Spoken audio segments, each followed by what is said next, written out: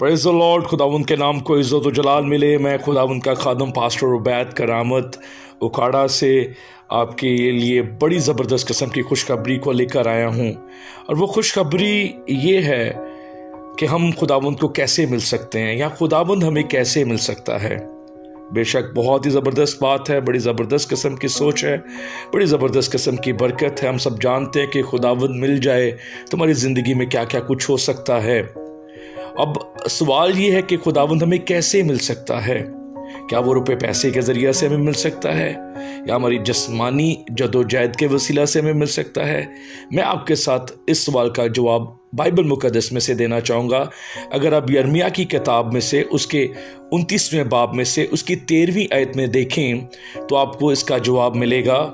यहाँ पर मरकूम है, तुम मुझे ढूंढोगे और पाओगे जब पूरे दिल से मेरे तालिब होगे और मैं तुमको मिल जाऊंगा। हालेलुया। अगर आप चाहते हैं कि खुदावंद आपको मिल जाए, आपकी ज़िंदगी में बरकतें आए, आपकी ज़िंदगी में खुदावंद का जलाल आए, आपकी ज़िंदगी में मौज़ात हों, तो खुदावंद के तालिब हो जाइए, तो खुदावंद आपको मिल जाएगा। हालेलुया। खुदावंद आपको, आपके सारे घराने को कसरत से बरकत दे। मेरी तरफ से आपके लिए उकाड़ा से सॉल्व फॉर क्राइस्ट की जानिब से बड़ी बरकतें आपको मिल जाएं। आमीन।